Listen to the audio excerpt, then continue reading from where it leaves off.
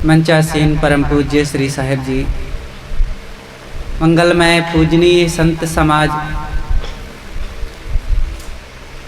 पूजनीय आश्रमवासी श्रद्धेय संत श्री शैलेश साहेब जी,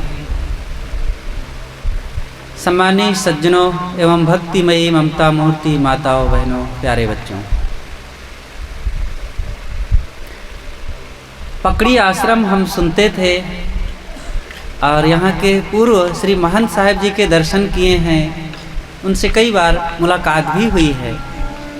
वे गुरुदेव जी के पास जाया करते थे और गुरुदेव जी उनको कहीं बुलाए थे, शायद कुछ आपसी चर्चाओं के मामलों में। तो बहुत अच्छे थे, वृद्ध थे। उनका निधन हुआ तब भी हमें समाचार मिला था। आज उनकी इस जगह पर आना हुआ, आकर के मन को बड़ी प्रसन्नता मिली। ये संतों की जगह है, जहाँ पर संत रह करके साधना करें, ध्यान करें और अपने मन इंद्रियों को स्वश करके स्वरूप में लौटने का काम करें। निश्चित है वो जगह बहुत पवित्र होती है। जहाँ पर लोग बैठ करके शराब पिएं, चोरी करें, लड़ाई झगड़ा करें, कुकर्म करें, वह स्थान निश्चित ही अच्छा नहीं होता। तो ये एक संतों की, पवित्र आत्माओं की जगह है। आप सब लोग यहाँ से जुड़े हुए हैं और जुड़े रहें। यहाँ सदैव ज्ञान विचार का अलख जगते रहना चाहिए। आप लोगों का प्रेम और श्रद्धा भाव बने रहना चाहिए और आकर के यहाँ से अपने जीवन की वो रूहानी ताकत, आत्मिक रोशनी लेते रहें। और यहाँ जो संत रहते हैं वह भी सभी संतों को सेवा, सम्मान, आदर देते हुए, भक्तों को प्रेम और सद्भाव देते हुए उनकी सेवा करें। ज्ञान विचार और अपनी त्याग रहनी से भक्तों की सेवा की जाती है और इससे संत और भक्त दोनों का लाभ होता रहता है। संतों का भी निर्वाह अच्छे से हो जाता है और जब भक्तों का प्रेम मेल मिलाप बना रहता है तो उनका भी उत्साह बना रहता है, संतों का उत्साह, और उनका समय बढ़िया से बीत जाता है। और भक्तों का लाभ यह होता है कि सेवा करके, सत्संग सुन करके और जीवन में वो जो कमाई होनी चाहिए उसकी प्रेरणा पा करके वे अपने घरों में जा कर के अच्छा सा निश्चिंतता, शांति, सद्कर्म करते हुए वो जीवन जीते हैं, अपने बाल बच्चों को संस्कार देते हैं। तो धर्म का प्रचार ऐसे ही होता है। और ये संत और भक्त दोनों का अभिन्न संबंध होता है। और यहाँ पर कोई जाति बिरादरी नहीं होती है कि अमुक जाति बिरादरी के संत हों तब हम चलें, या संत लोग सोचें कि अमुक जाति बिरादरी के भक्त होंगे तब उनको हम सम्मान करेंगे, उनको हम अपने यहाँ आमंत्रित करेंगे। ऐसा कुछ नहीं होता है। मनुष्य है और वो भक्ति तथा प्रेम के भाव से अगर वो संतों के पास आता है तो कोई भी हो, अमीर हो, गरीब हो और कहीं का भी रहने वाला हो, हिंदू मुसलमान हो, कोई भी हो, संतों के दरबार में सबका स्वागत होना चाहिए। हाँ, उबड़ खाबड़ ना हो, शराबी कबाबी ना हो, लोभी लालची ना हो, विवाद कलह करने वाला ना हो, बस इतनी सी शर्त है। ऐसे ही संतों की बात है। संत अच्छे हों, रहनीवान हो, ज्ञानवान हो, बोधवान हो, साधक हो, आत्मनिष्ठ हो, अंधविश्वास का प्रचार ना कर रहे हों, स्वयं साधु हो करके और फिर गृही बन करके या घर परिवार के मोह में ना पड़े हुए हों। तो इस प्रकार का जब संबंध होता है तब यही फिर बड़ा ही पवित्र संबंध होता है और इस संबंध को प्राण प्रण से निभाना चाहिए, जीवन भर निभाना चाहिए। तो आप सबसे मिल करके इस जगह में आकर के और श्री शैलेश साहेब जी के इस भाव, प्रेम और उनके भावनाओं से आज हम जुड़ करके मन को बड़ा अच्छा लगा, बड़ी प्रसन्नता से साहब आए तो सब तरफ दिखाने लगे, साहब ये है, ऐसे है। और अच्छा लगा कि ऐसे सरल हो करके वे संतों के प्रति प्रेम रखते हैं, भक्ति भाव रखते हैं, और बहुत अच्छा हुआ। और ऐसे ही ये सब बने रहना चाहिए। आइए, सदगुरु कबीर साहब की ये जगह है और उनके विचारों को हम लोग मानने वाले हैं। हम लोगों की बात नहीं, मनुष्य मात्र को सदगुरु कबीर के विचारों को अपनाना चाहिए, क्योंकि कबीर कोई संप्रदाय के नहीं है। हम लोग तो कबीर अनुयायी हैं, कबीर पंथी हैं। कबीर साहब कोई पंथी थोड़े थे, वे कबीर पंथी थोड़े थे। वे मानवता को राह दिखाने वाले और उस शाश्वत सत्य के पथ पर चलने वाले महापुरुष थे। वे किसी मतपंथ में बंधे नहीं थे, वे एक सत्य के दृष्टा थे और सत्य के राही थे, बस इतना उनको कह सकते हैं। तो सदगुरु कबीर कहते हैं, सकलो दुर्मति दूर करू, अच्छा जन्म बनाओ, काग गवन गति छाड़ के, हंस गवन चली आओ। ये साखी बहुत प्रसिद्ध है, बहुत लोगों को याद होगी, बहुत लोगों को याद ना भी होगी तो सुने होंगे, याद कर लेना चाहिए। सभी भक्तों को जो कबीर साहब के विचारों से जुड़े हुए हैं, 10-5 भजन, 10-20 साखियाँ तो जरूर याद रखना चाहिए। तो सदगुरु इस साखी में कहते हैं, सारी दुर्बुद्धि को दूर करो और जीवन को अच्छा बनाओ। और क्या करें? कौवे की चाल आचरण, मतलब गंदे विचार चाल आचरण रहनी को छोड़ करके हंस के स्वभाव आचरण और कर्मों को अपनाओ। बस इतनी सी बात है। अब इसी पर थोड़ा सा और विस्तार से चर्चा करते हैं। पहली बात है कि सकलो दुर्मति दूर करो, सारी दुर्बुद्धि को दूर करो। दुर्बुद्धि से ही सारे दुख उत्पन्न होते हैं, दुर्बुद्धि से ही सारी बुराइयां आती हैं, हमारा जीवन बिगड़ता है, रहन सहन बिगड़ता है, खान पान चाल चलन बिगड़ता है, दुर्बुद्धि। इसलिए अपनी बुद्धि को ठीक रखने की बड़ी ज़रूरत है। सबके पास बुद्धि है, लेकिन सद्बुद्धि का होना जरूरी है। अगर सद्बुद्धि नहीं है तो फिर केवल बुद्धि कब दुर्बुद्धि बन जाए कह नहीं सकते हैं।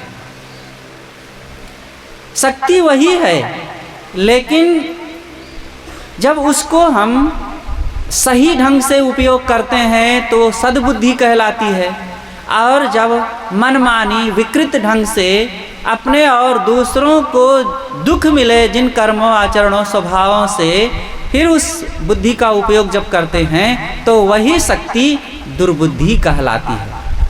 जैसे चाकू वही होता है, जब वह डॉक्टर के हाथ में लगता है तो किसी का ऑपरेशन करके उसका जीवन बचा लेता है, उसके रोग को मिटा देता है। और वही चाकू जब किसी चोर डाकू के हाथ में लगता है तो किसी को पेट फाड़ करके मार डालता है। चीज वही है ना। ऐसे ही अनेक चीज जब सदुपयोग किया जाता है तब वही सुखदायी हो जाती है, और दुरुपयोग किया जाता है तो दुखदायी। तो हमारे पास बुद्धि की कमी नहीं है, बुद्धि कहीं लेने भी नहीं जाना है, जो है उसी का सही उपयोग किया जाए, अच्छे ढंग से जीवन को सजाया जाए, गढ़ा जाए, संवारा जाए, और सरल होकर विनम्र होकर के कर्तव्यों को किया जाए। तो सकलो दुर्मति दूर करो। दुर्बुद्धि कैसे बिगड़ती है? अब कैसे पता चले कि हमारी बुद्धि बिगड़ी हुई है? अगर हमारे जीवन में दोष हैं, बुराइयां हैं, तो समझ लीजिए कि बुद्धि बिगड़ी हुई है।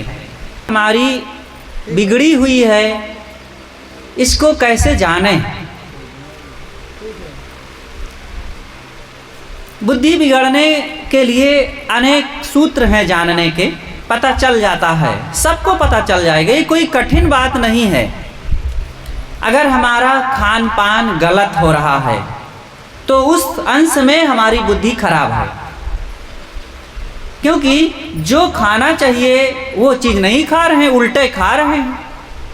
अब उसका नुकसान भी हो रहा है, स्वास्थ्य में, धन में, परिवार में, संस्कार में, समाज में, उसका सब तरफ नुकसान हो रहा है।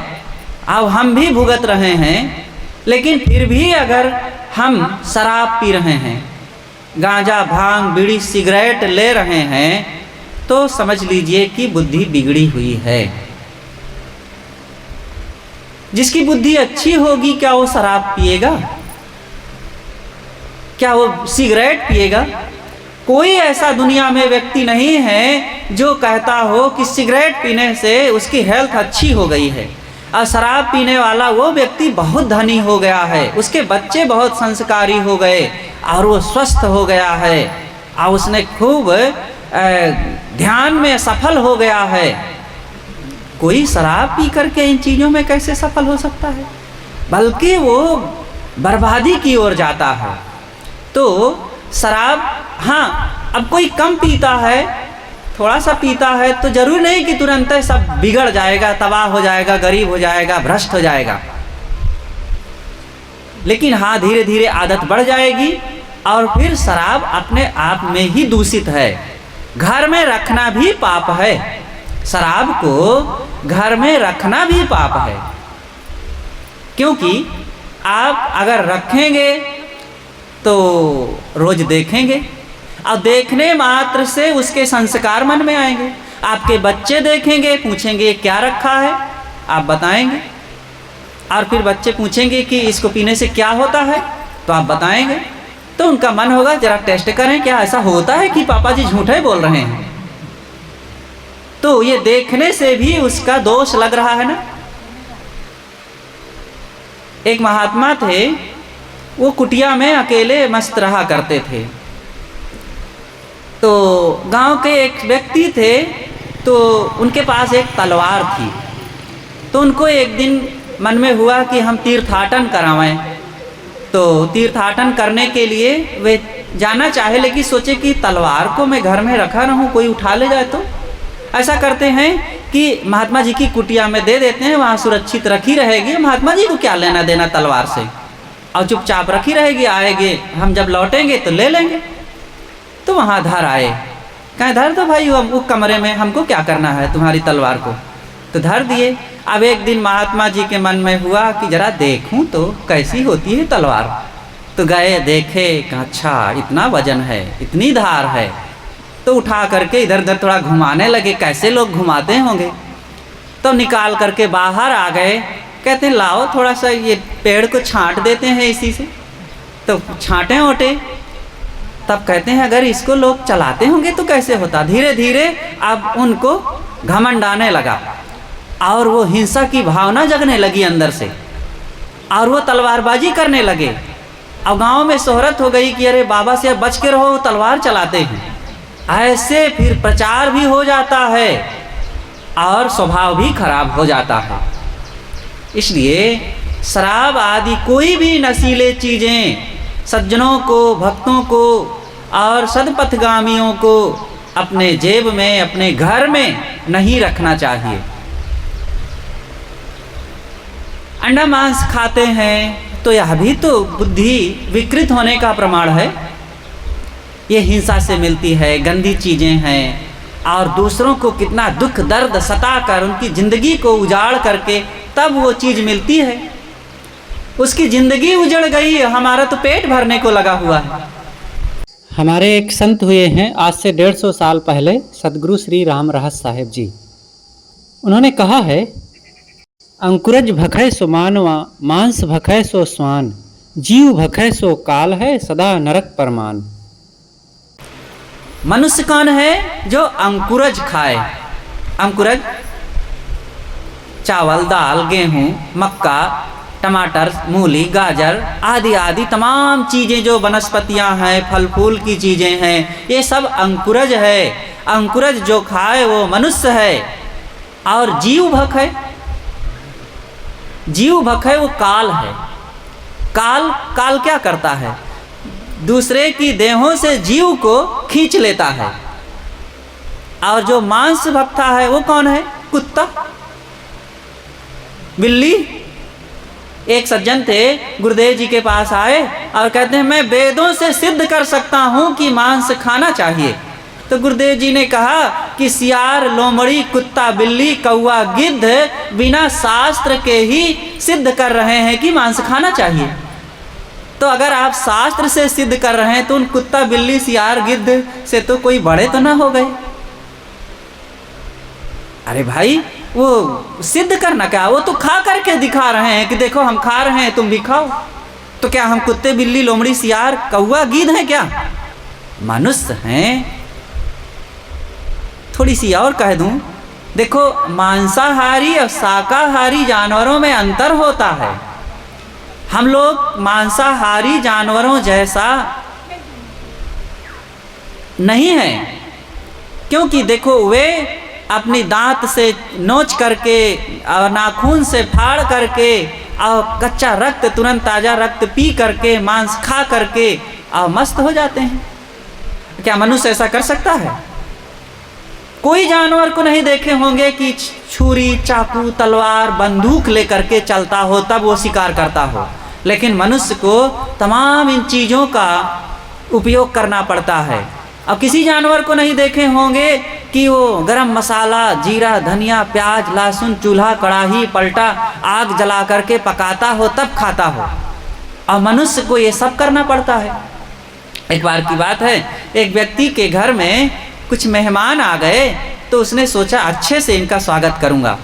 तो पत्नी से कहा कि देखो तुम तैयारी करो और मैं बाजार जा रहा हूँ और बाजार से कुछ अच्छी सी चीज़ ला रहा हूँ खाने के लिए, और तब इनका स्वागत करेंगे।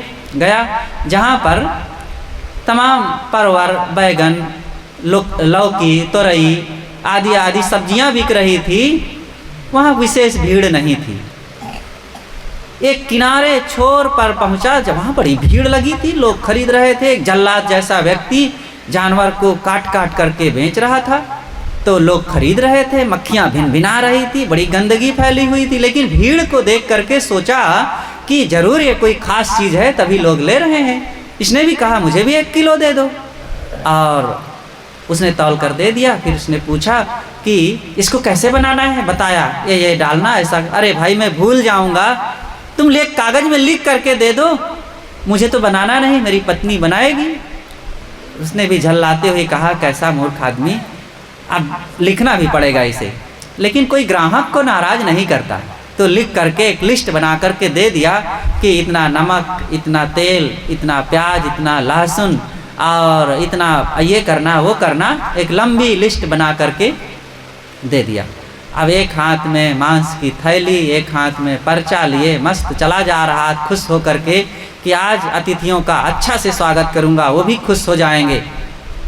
रास्ते में एक गिद्ध ऊपर मड़रा रहा था और उसने देखा कि ये लहूलुहान कोई मेरे खाने लायक चीज़ है। एक ही झपट्टे में उसकी पोटली को लेकर के उड़ गया। अब ये पर्चा दिखाते हुए कहता अरे तुम खाओगे तो कैसे खाओगे, तुमको खाना है तो ये पर्चे को भी ले जाओ, इसके अनुसार बनाना तब खा सकोगे। गिद्ध को पर्चे की जरूरत पड़ेगी? ये मनुष्य को जरूरत पड़ती है। इसलिए जानवर, मांसाहारी जानवर और मनुष्य में बहुत अंतर है। अरे शाकाहारी जानवर में भी अंतर है, मांसाहारी शाकाहारी जानवर में बहुत अंतर होता है। जिनके नाखून चिपटे होते हैं वो शाकाहारी होते हैं, जैसे बैल के, गाय के, ऊंट के आदि आदि तमाम जानवरों के। जिनके नाखून नुकीले होते हैं, दांत नुकीले होते हैं, वो मांसाहारी होते हैं। बहुत ऐसे अंतर है। तो इस प्रकार से ये सब मत खाओ, कभी शुद्ध इंसान बन करके पवित्र आहार ग्रहण करो। जो झगड़ा लड़ाई करते रहते हैं बात बात में, उनकी भी बुद्धि समझ लो विकृत है। थोड़े दिन की जिंदगी है, काहे को लड़ना किसी से। हम भारतवासी लोग बहुत लड़ने के आदी हो गए हैं। थोड़े से रुपए के लिए, थोड़ी सी ज़मीन के लिए, थोड़ी सी बात के लिए। अरे इतना ही नहीं, एक ठो मिठाई के लिए लोग भाई से लड़ जाते हैं, देवरानी जेठानी से लड़ जाते हैं, सास से लड़ जाती हैं, और थोड़ी थोड़ी बात के लिए। जर्मनी के एक सज्जन आए हुए थे, सदगुरु अभिलाष साहब जी से कह रहे थे कि आप भारत के लोग बहुत लड़ते हैं, हम लोग ऐसा नहीं करते हैं। जिनको जान लेते हैं कि ये लड़ने वाला है या इनका स्वभाव ऐसा है, बस चुपचाप उससे हाथ जोड़ लेते हैं और उससे रिश्ता तोड़ लेते हैं, दूर हो जाते हैं, लड़ते वड़ते नहीं हैं। लेकिन हम लोग रहेंगे उन्हीं में घुस घुस करके, लेकिन बिना लड़े चैन नहीं पड़ेगा। बिना 4 गाली दिए लड़े उनका भोजन ही नहीं पचता है। रहेंगे पत्नी के साथ, लेकिन रोज 4 बात सुनाकर, लड़ करके, आंख दिखा करके, और तब उनका पेट ढीला होता है। ऐसे देवियां भी 4 बात सुना करके फिर उसी को बना के खिलाती भी हैं। क्या जरूरत है? ऐसे मिठास बना करके रखो, घर परिवार में ऐसा माहौल बना के रखो कि आप खुद आनंदित रहें, दूसरों को आनंद आवे। कोई आ जाए तो आपके घर को देखकर, वहाँ के वातावरण को देखकर, साफ सफाई को देखकर देवता भी सोचे कि अरे भाई आज यहीं रुकते हैं, थोड़ा विश्राम करते हैं। अब आपके घर के कलह और काँव को सुन करके और गंदगी को देख करके एक जंगली जानवर भी आ जाए कि अरे छोड़ो, यहाँ तो हमारे जंगल से ज़्यादा यहाँ गंदगी है, हम जंगल में ठीक हैं, बल्कि तो ये अच्छा नहीं है। इसलिए घर परिवार को साफ सफाई से बना करके रखो। आपके दरवाजे नाली में सड़न नहीं होनी चाहिए। आपके घर, रसोई घर में गंदगी ना रहे। कितने लोग होते हैं ड्राइंग रूम तो खूब सजा के रखते हैं, लेकिन रसोई में भिन भिनाती रहती है मक्खी, और चाय बना करके, और चाय को छन्नी पटके हैं, चारों तरफ चिपकी हुई है 10 दिनों की पुरानी चाय। अब बच्चे खा करके जूठी थाली डाल दिए हैं, पड़ी है जहाँ तहाँ, कुत्ते भी आके चाट रहे हैं, उसी में मक्खियाँ भिन भिना रही, जरा जगह जगह जूठा पड़ा हुआ है। बच्चे की टट्टी पड़ी है, उनकी नाक पोंछ के दीवार में चिपका दिए हैं, साइन बोर्ड जैसे चमक रहा है, और जगह जगह थूके हुए हैं। मक्खी मच्छर खूब भनभना रहे हैं, गंदगी फैली हुई है। रात में सोए हैं मच्छरदानी लगा करके, दिन में भी मच्छरदानी लहरा रही है, खोले भी नहीं है। कोई कैसे बोल रहा है, कोई भाई को डांट रहा है, कोई माँ को कड़वा बोल रहा है, तो कोई गाली दे रहा है। घरों में देखो कैसे ऐसे वातावरण कहीं कहीं देखते हैं कि भाई को, पिता को, पुत्र को, बेटी को गाली देते रहते हैं। ये माताएं बहनें भी अपनी बेटियों को कैसे कैसे कच्चे कच्चे शब्दों में गाली देती हैं। हरामजादी कहीं की, कुतिया कहीं की। अब अपने बच्चों को कुत्ता कुतिया कहोगे तो आप कौन बनोगे? कुत्ता कुतिया के माँ बाप भी तो कुत्ता कुतिया होते हैं। इसलिए ऐसे गंदे शब्द कभी भी मत निकालो जुबान से। प्यार के शब्द, मीठे शब्द बोलो। बच्चे सो रहे हैं और उनको आप उठाते हैं तो डांट करके, है फलनवा अभी सो रहा है, 8 बज गया है, बदमाश कहीं के, मूर्ख। अब पता नहीं क्या क्या गाली देते हैं माताएं, और पता नहीं क्या क्या सुना देती हैं। ऐसा कभी नहीं करना चाहिए। आपके कड़वे वचन से किसी बच्चे की, आपके घर के लोगों की नींद खुलेगी तो सोचो उसके मन में दिन भर आपके लिए क्या भाव रहेगा। हम गुरुदेव जी के पास रहते थे, हम भी कभी कभी देर तक सो जाते थे। जब तो गुरुजी उठें और कुल्ला करने जाएं, और तब तक अगर हम ना उठे तो वे आवें और हमारे गाल को अपने ठंडे ठंडे भीगे हाथों से एक बार सहला दें और प्यार से बोलें, बेटा उठो, समय हो गया है। अब बस इतने में उनके हाथ के स्पर्श मात्र से नींद खुल जाती थी, और उठ करके एकदम तुरंत बंदगी करें। सामने गुरुजी बैठे, उनके दर्शन करते ही आनंद आ जाता था, और लगता था कि अब इससे बढ़िया शुभ दिन और क्या हो सकता है। ऐसा मन में रखो। आप भी अपने बच्चों के लिए, अपने घर वालों के लिए आदर्श कायम कीजिए। आप खराब नहीं हैं, ये मत सोचिए कि आपके बच्चे आपको बुरा मान रहे हैं। हम बुरा मनवाने लग जाते हैं अपने स्वभाव से, आचरणों से, आदतों से, अपनी जुबान से। उनके साथ प्यार का बर्ताव, मीठा बर्ताव, सहन शक्ति का, और उनके लिए कुछ ऐसी बातें रोज बताते रहो। जैसे हर माता पिता बाहर जाते हैं तो लौटते समय ये ध्यान रखते हैं कि बच्चों के लिए कुछ प्रसाद लेते चलें, उनके लिए कुछ उपहार लेते चलें, उनके खाने के लिए लेते चलें, कपड़ा लेते चलें। ऐसा सोचते हैं लोग। बाजार गए हैं तो भी ऐसा सोचते हैं। एक काम और सोचना चाहिए, कहीं भी रहो आप ये सोचते रहिए, कहीं से कोई अच्छी चीज़ मिले, किसी के अच्छी आदत देखो, अच्छी बात अगर सुनने को मिल जाए तो ये सोचो कि इसको हम अपनाएंगे और चल के अपने बच्चों को भी बताएंगे। अब आकर के बच्चों में शेयर कीजिए, उनसे मिठास से। समय एक होना चाहिए, आपका एक परिवार के लिए समय होना चाहिए। परिवार में बैठ कर के शाम को ही खास अच्छा समय होता है। सुबह उठे अपने अपने स्कूल, खेत, ऑफिस, दुकान में सब लग जाते हैं और गृहिणियाँ अपने अपने घरों में कार्य में लग जाती हैं। लेकिन शाम को 8 बजे कम से कम एक बार सबको घर में एकत्र हो करके एक साथ बैठें, खाएं, कुछ पूजा पाठ करो, आपस में चर्चा करिए और अपने अपने काम का हिसाब किताब भी बताइए, अपने सुख दुख भी बताइए, एक दूसरे का समाधान भी करो। दिन भर कहीं किसी ढंग से परेशान रहे हों, उदास रहे हों, दुखी रहे हों तो एक दूसरे उनके मन को हल्का करें और हंसें बोलें। कोई ज़रूरी नहीं है कि गीता भागवत और कुछ करो तबे ठीक है, वह भी करें तो अति उत्तम है। एक व्यवहारिक बात है, आपका परिवार आपकी एक बहुत बड़ी दुनिया है और उस दुनिया को अगर आप ठीक नहीं कर पाएंगे तो आप एकदम असफल हैं।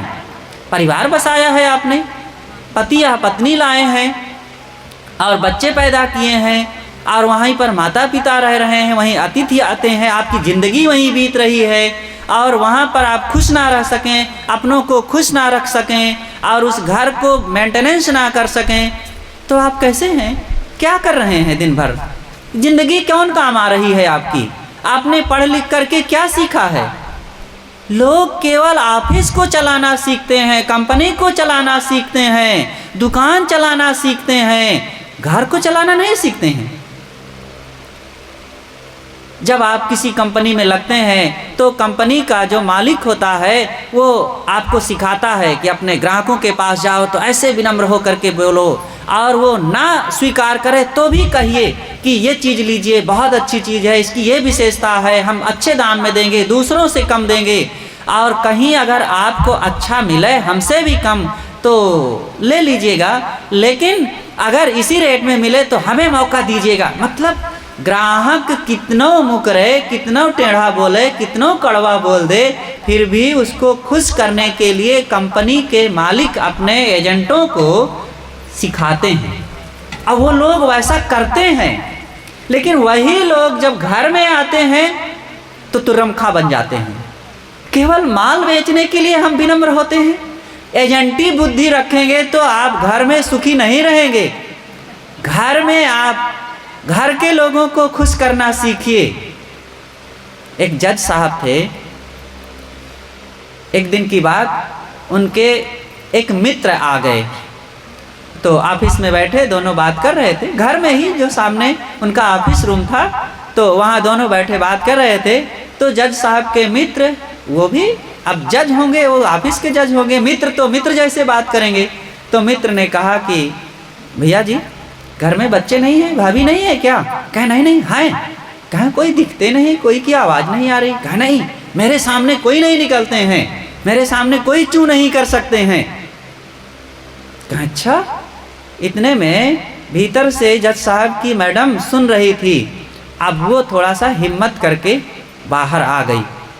तब वो मित्र जी से कहती हैं कि भैया अपने इन मित्र जज साहब को समझा दीजिए कि जजी केवल कचहरी में झाड़ा करें, घर में पत्नी इंतजार करती है पति से 2 शब्द मीठा बोलने के लिए, बच्चे इंतजार करते हैं पिता की गोद में बैठ करके उनसे प्यार पाने के लिए, और पिता इंतजार कर रहे हैं, माँ इंतजार कर रही है बेटे के पास बैठ करके कुछ हंसने बोलने के लिए।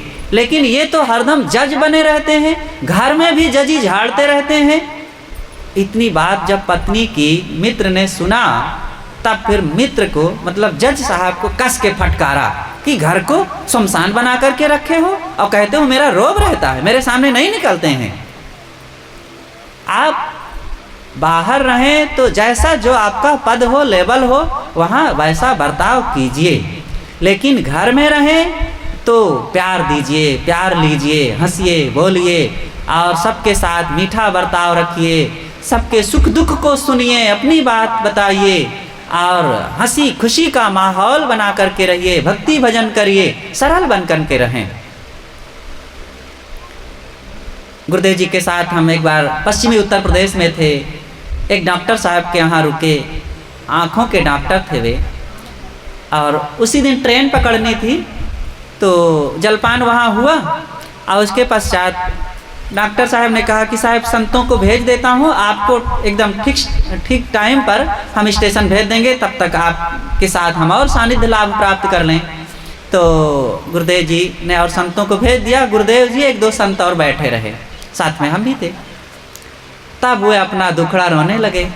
डॉक्टर साहब ने कहा कि साहब हम भी आँख का इलाज करते हैं, हमारी मैडम भी है, वो भी डॉक्टर हैं, आँख का इलाज करती हैं, और ये कई बार हॉस्पिटल में मरीजों के सामने ही हमें कुछ कड़वा कड़वा सुनाने लगती हैं। तो गुरुदेव जी ने कहा कि बेटी फिर ऐसा क्यों करती हो, उनकी पत्नी से कहा। तो कहा साहब फिर मैं क्या करूं, ये डॉक्टर है, मैं डॉक्टर हूं, मैं काहे को सुनूं अगर ये कुछ कह रहे हैं तो। तो डॉक्टर साहब कहते हैं कि साहब ये जब ऐसे करेंगे तो हमारे जो पेशेंट है वो कहेंगे जब आपस में ये लड़ रहे हैं आंख दिखा दिखा कर, तो ये हमारी आंख क्या बचाएंगे, तो और हमारी आंख निकाल लेंगे। तो देखो डॉक्टर थे और गुरु जी के सामने विशाल भवन सफ़ेद पत्थरों का बना हुआ एक चमकता हुआ दिख रहा था, सब कुछ था उनके पास, लेकिन प्रेम नहीं था आपस में। कलह कर गुरु जी के सामने दोनों एक दूसरे पर ब्लेम करने लगे और ऑब्जेक्शन करने लगे। कौन सा सुख है? यही सुख है गृहस्थी का। गृहस्थी में रहना एक बहुत बड़ी कला है, ये ठट्ठा हंसी मजाक नहीं है। देखो एक तो यहाँ रागात्मक जिंदगी होती है और जहाँ राग मोह अहंकार होता है समस्याएं और आने की संभावना होती है। तो जब समस्याएं हैं तो दवाइयाँ भी ज़्यादा लेना चाहिए समाधान का, लेकिन यहाँ समाधान भी नहीं ले रहे हैं। समाधान संतों से, गुरुजनों से, सत्संग से मिलेगा। जब आप सत्संग में नहीं जाएंगे, संतों के पास नहीं जाएंगे और रोग की जगह में हैं, तब तो रोग और बढ़ता जाएगा। तब कब सुखी होंगे? मानव जीवन का लाभ कब मिलेगा? इसलिए सज्जनों और देवियों, आप विरक्त नहीं हो सकते, कोई बात नहीं, घर में रहिए, बाल बच्चों में रहिए, परिवार में रहिए, लेकिन वहाँ भी मेहनत करना पड़ेगा। जैसे धन के लिए मेहनत करते हैं, दुकान के लिए, खेती के लिए मेहनत करते हैं, वैसे ही परिवार में खुशहाली के लिए, मन में शांति के लिए भी मेहनत करते रहिए। तब आपका जीवन सदैव एक खिले हुए फूल की तरह गगन मगन बना रहेगा। घर गृहस्थी रोने के लिए थोड़े होती है, लेकिन जब जीना नहीं आता है तो निश्चित ही केवल रोना रोना वहाँ रह जाता है। बच्चा रोते हुए जन्मता है और शिकायत करते हुए जीता है और पछताते हुए मर जाता है। रोते हुए जन्मना तो मजबूरी है, लेकिन शिकायत करते हुए जीना मजबूरी नहीं है, और रोते हुए मरना तो बिल्कुल मजबूरी नहीं है। लेकिन देखा जाता है कि जब सच्ची समझ नहीं, सत्संग नहीं, ज्ञान नहीं, बोध नहीं, जीने का ढंग नहीं, तो शिकायत करते हैं और खूब पछताते हैं अपने ही कर्मों से, अपनी ही आदतों से। इसलिए साहब कहते हैं कि सकलो दुर्मति दूर करो, दुर्बुद्धि को दूर करो। ये सब दुर्बुद्धि की पहचान है। अगर लड़ते झगड़ते हैं, गलत खान पान, चाल चलन, आचरण, विचार, स्वभाव है, तो हमारी घड़ी बिगड़ जाए, मकान में दरार आ जाए, गाड़ी बिगड़ जाए, कोई बता दे तो उसका आभार माना जाता है कि अरे भैया बहुत अच्छा कि ये समय रहते आपने बता दिया और मैं गाड़ी को ठीक करवा लूँगा, नहीं अधर में कहीं बीच रास्ते में बिगड़ती तो बड़ी दिक्कत हो जाती। कपड़ा में दाग लग गया, किसी ने बता दिया तो उसका आभार मानते हैं। लेकिन हमारी बुद्धि बिगड़ी हुई है और पता ना चले हमें, अब कोई बता दे तो खुश नहीं होते हैं, लोग नाराज हो जाते हैं। अरे ये मुझे बताता है कि तुम्हारी बुद्धि बिगड़ी है, बड़ा गजब है। सबको अपनी बुद्धि का अहम होता है, और जो अहम रखेगा निश्चित ही उसकी बुद्धि बिगड़ी है। इसलिए सदैव सरल विनम्र हो करके घर परिवार में रहें, समाज में रहें, जीवन को जिएं, तबे जीने का आनंद है। नहीं तो पशु पक्षी से ज़्यादा आदमी दुख पाता है। तो अच्छा जन्म बनाओ। अगली बात साहब कहते हैं कि जीवन को अच्छा बनाओ। कैसे अच्छा बनाएं? बड़ा घर, बड़ी गाड़ी, खूब धन और खूब अच्छा अच्छा कपड़ा पहन के और रंग रोगन चेहरे में सौंदर्य आभूषण पहन करके तब अच्छा बनेंगे? नहीं नहीं, ये अच्छा बनाने का तरीका नहीं है। अच्छा बनाने का तरीका अगर ये होता तो फिर कोई स्थिरता पूर्वक किसी की अच्छाई रह ही ना जाती। क्योंकि कितना आभूषण पहनो, चीज लाओ, और एक बार पसीना आया सब रंग रोगन पुत जाता है, धुल जाता है और सब बिगड़ जाता है। लेकिन एक ऐसी अच्छाई है कि अगर आपने अपना लिया है तो, बूढ़े हो गए हैं तो, नहीं नहाए हैं तो, और नहीं आभूषण पहने हैं तो, अकेले में है तो, भीड़ में है तो, घर में है, परायों में है, कहीं भी रहेंगे आप बड़े प्यारे लगेंगे।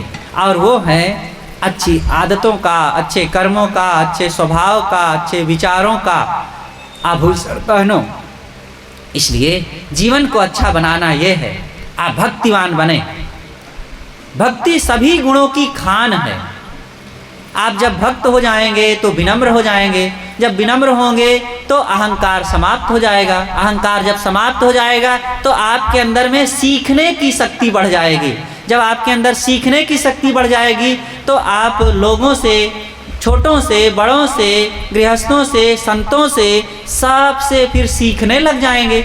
और जब सीखने लगेंगे तो थोड़े दिनों में आपके पास गुणों का भंडार हो जाएगा। कौड़ी कौड़ी जोर के पूंजी लक्ष्य करोड़।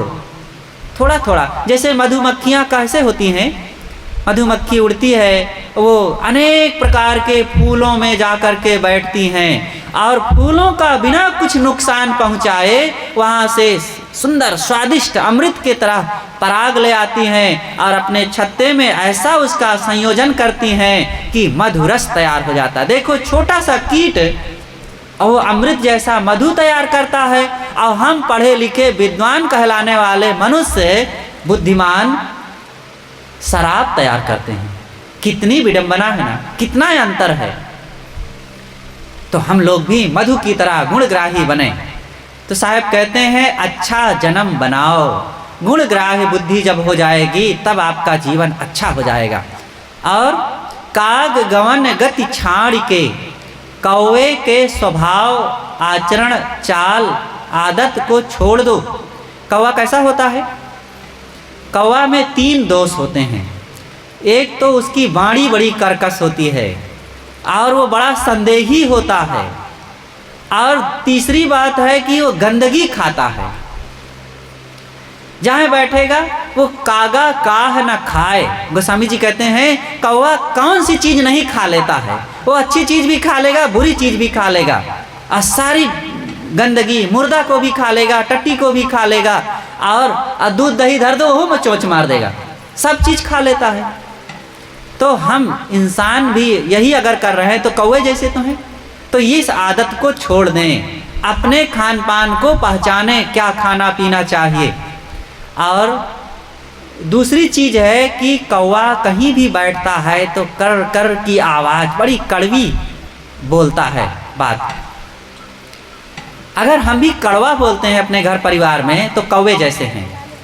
कोई व्यक्ति को आपने देखा है कि उसके दरवाजे पर कौवा आकर बैठा हो, बोल रहा हो, और अपने बच्चों से कहे आओ आओ बेटा देखो ये कौवा बोल रहा है।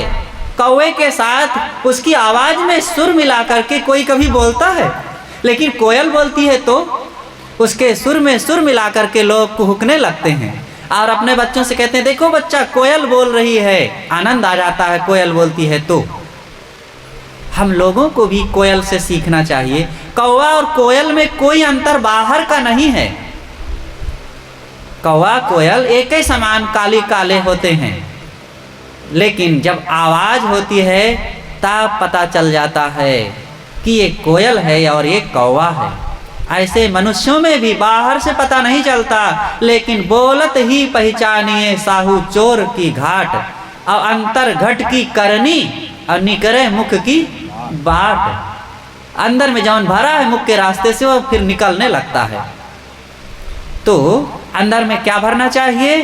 प्रेम, प्रसन्नता, शांति, सद्भाव, मीठा बोलें। और तीसरा दोष कौवे में क्या होता है? संदेहशील। जहाँ कहीं बैठता है चकर मकर, इधर उधर ताकता झांकता रहता है। ऐसा लगता है कि वो खजाना बांधे हुए है और कोई उसको लूटने के लिए न आ जाए। वो चारों तरफ बड़ा सावधान रहता है। एक बार कौवे ने अपने बच्चे से कहा कि बेटा, अगर कोई झुक रहा है तो समझ लेना वो पत्थर उठाने के लिए झुक रहा है और तुरंत सावधान होकर उड़ जाना। तो कौवे के बच्चे ने कहा कि पापा, अगर वो जेब में पहले से पत्थर भर के आया हुआ हो तो? अरे बेटा, तू मुझसे भी ज़्यादा चतुर है, लेकिन अपने बाप से भी ज़्यादा चतुर बेटा। अब बड़ा होकर क्या करता है? फिर वही गंदगी खाता है, वही चोंच मारता है, वही संदेही बन के रहता है। तो ऐसे हम लोग स्वयं बड़े चतुर हैं और हमसे भी ज़्यादा चतुर हमारा बच्चा हो करके भी वही काम करते हैं, वही शराब कबाब, वही अंडा मांस, वही लड़ाई झगड़ा, वही विषय वासना। तो क्या हुआ? अनादिकाल से मनुष्यों की परंपरा चली आ रही है, लेकिन वही काम सब कर रहे हैं। अब विज्ञान की परंपरा कितनी आगे बढ़ गई, ज्ञान ध्यान की परंपरा बढ़ जाती है। तो आप भौतिक क्षेत्र में हैं तो ठीक है, लेकिन आप ज्ञान ध्यान की परंपरा में आगे बढ़ करके अपने आप को आगे बढ़ाइए, जिससे कि आप सुखी हो सकें। और अगली बात है, हंस गवन चली आओ। हंस के आदत स्वभाव को अपनाओ। हंस कैसा होता है? कहा जाता है दूध पानी मिला हुआ हो तो हंस दूध में से पानी छोड़ देता है और दूध को ग्रहण कर लेता है। सारग्राही बुद्धि। अब हंस करता है कि नहीं करता हमारा अनुभव नहीं है, लेकिन असंभव भी नहीं है। हो सकता है हंस की चोंच में तीव्र खटास हो और दूध में डाले, दूध फट जाए, छेना खा ले, पानी छोड़ देता हो। हंस करता हो या ना करता हो, लेकिन हम लोग तो कर सकते हैं। जो उदाहरण जो समझा रहे हैं सदगुरु कबीर इस उदाहरण से, वो उदाहरण बिल्कुल सटीक है। हम लोग सारग्राही बने, कुसंग में से हट करके सुसंग में रहें, कुखाद्य को त्याग करके खाद्य को ग्रहण करें, कुविचारों को छोड़ करके सुविचारों में रहें, और कुसंस्कारों को त्याग करके सुसंस्कारी बने, और दुर्व्यसनों को त्याग करके अच्छी आदतों को अपनावें, और दुष्टों के पास से हट करके संतों सज्जनों के पास बैठें उठें, और अपने जीवन में शांति की कमाई करें, जीवन को सफल बनाएं और सुखी बनें। तो मैंने सदगुरु कबीर साहब की एक साखी पर चर्चा किया कि सकलो दुर्मति दूर करो, अच्छा जन्म बनाओ, काग गमन गति छाड़ के हंस गमन चली आओ। सारी दुर्बुद्धि को दूर कर दो, क्योंकि दुर्बुद्धि ही आदमी के बाहर की जिंदगी कैसे जीना है वो अंदर का एक प्रमाण पत्र है। और वही ठीक कर लिया तो शरीर वही। सद्बुद्धि दुर्बुद्धि वाले व्यक्तियों को तौल लो, समान ही रहेंगे वे, उनका वजन घटेगा बढ़ेगा नहीं, और दोनों को बाहर से देखने में कोई फर्क नहीं, लेकिन स्वभाव में जमीन आसमान का अंतर हो जाता है। इसलिए सद्बुद्धिवान बने, जीवन को अच्छा बनाएं, गंदे आदत स्वभाव को छोड़ करके अच्छे विचार आदत को अपनाएं हंस की तरह। तो अपनी बातें मैं यहीं पर समाप्त करता हूँ। हमारे बीच परम पूज्य श्रद्धेय श्री साहेब जी विराजमान हैं, कौशाम्बी कबीर आश्रम उत्तर प्रदेश, जो इलाहाबाद के पास पड़ता है। वहाँ से आप पधारे हुए हैं। आपके अनमोल ज्ञान गंभीर विचारों से हम लाभान्वित हों। तो पूज्य श्री साहेब जी हम सबको लाभान्वित करने की कृपा करें। बोलिए सद्गुरु देव की जय।